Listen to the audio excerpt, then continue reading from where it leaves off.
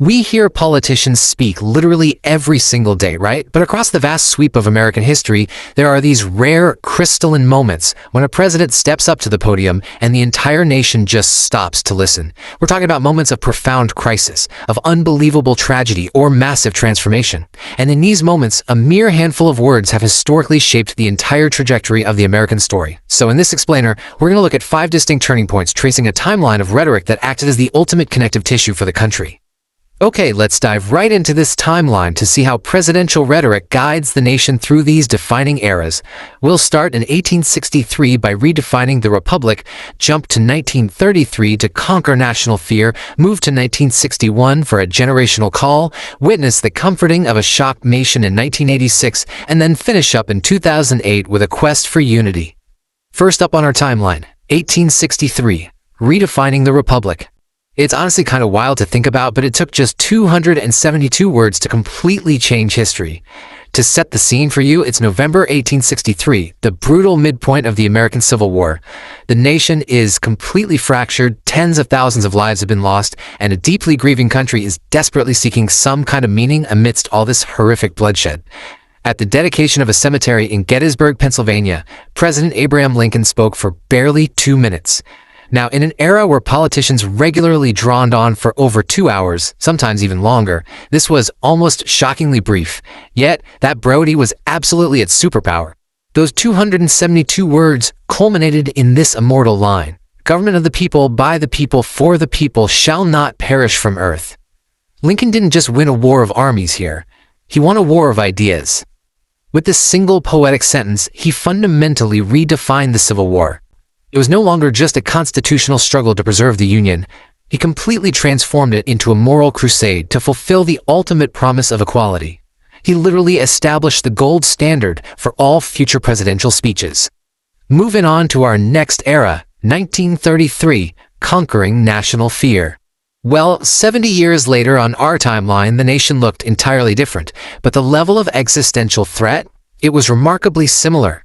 It was the absolute darkest days of the Great Depression. You had banks failing left and right, skyrocketing unemployment, evaporating hope.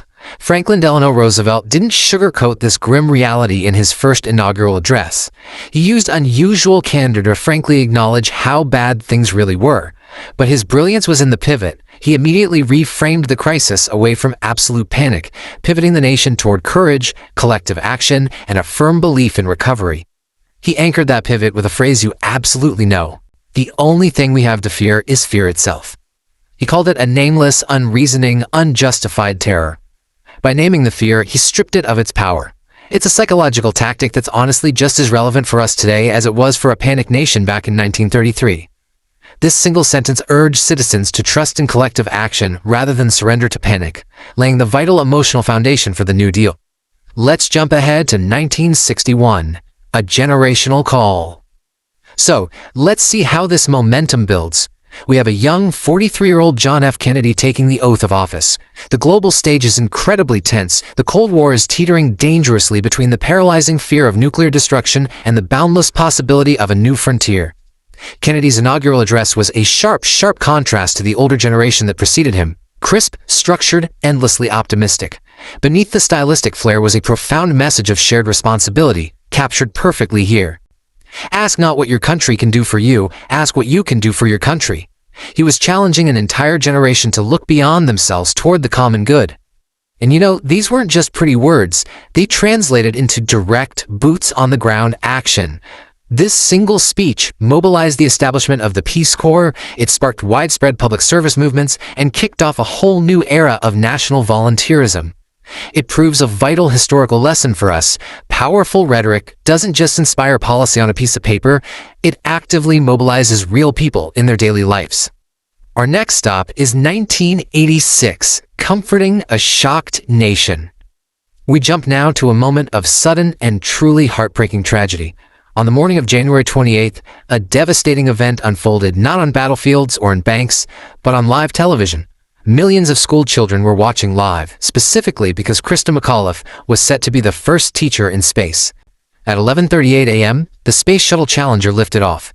Just 73 seconds later, the shuttle tragically broke apart, claiming the lives of all 7 astronauts. By 5 p.m. that same evening, President Ronald Reagan had to step before the cameras to address a traumatized public. Reagan delivered a brief, deeply compassionate 4-minute address that perfectly balanced grief with grace. In that moment, he had to pivot instantly from commander-in-chief to consoler-in-chief. He made a deeply empathetic choice to speak directly to the schoolchildren who had just witnessed the disaster.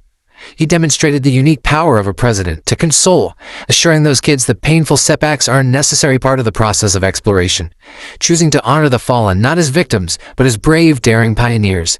To close his address, Reagan borrowed a line from the poet John McGee, saying, "They slipped the surly bonds of earth to touch the face of God." These beautiful, poetic words provided deep comfort to the public without making empty promises. In those 4 minutes, Reagan's rhetoric gave a shocked nation the permission and the space to begin to heal. Finally, we reach 2008, the quest for unity. This is the last stop on our timeline. We are in the midst of a historic, highly charged 2008 presidential campaign, and Senator Barack Obama is facing mounting controversy regarding race, identity, and the future of American unity. Now remember Lincoln's 2-minute address? Well, to tackle the incredible complexity of race and identity, Senator Obama took a vastly different approach. He went with a 37-minute, highly detailed deep dive. Rather than offering simple, easily digestible political soundbites to make the controversy go away, he delivered a nuanced speech in Philadelphia exploring the incredible complexity of the nation's racial history. Looking at it analytically, the speech served as a roadmap toward understanding instead of division. Crafted with profound honesty, empathy, and historical nuance, it tackled an explosive topic head-on. By refusing easy absolutes and choosing instead to acknowledge both a painful past and a hopeful future, this approach effectively elevated him from candidate to statesman.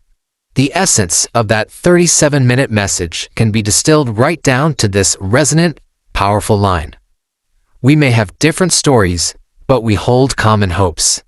It was a direct call on citizens to recognize one another's fundamental humanity. He argued that securing the nation's founding creed requires us to look past our varied backgrounds and focus on our shared, common purpose. Looking back across this entire timeline, from a bloody battlefield in 1863 to a podium in Philadelphia in 2008, it is abundantly clear that the American story is continuously preserved and propelled by the enduring power of words. Leadership, whether it's in the Oval Office or right in your own community, isn't just about policy. It's about using words to inspire action, challenge complacency, and provide comfort in our darkest hours, echoing across generations. So I leave you with this provocative thought to consider today. Which of these turning points impacted our history the most? Which speech truly deserved the top spot? And perhaps even more importantly, as we look to the future, whose words will write the next defining chapter on this timeline? Thank you so much for joining me for this explainer. Keep learning, and I'll see you next time.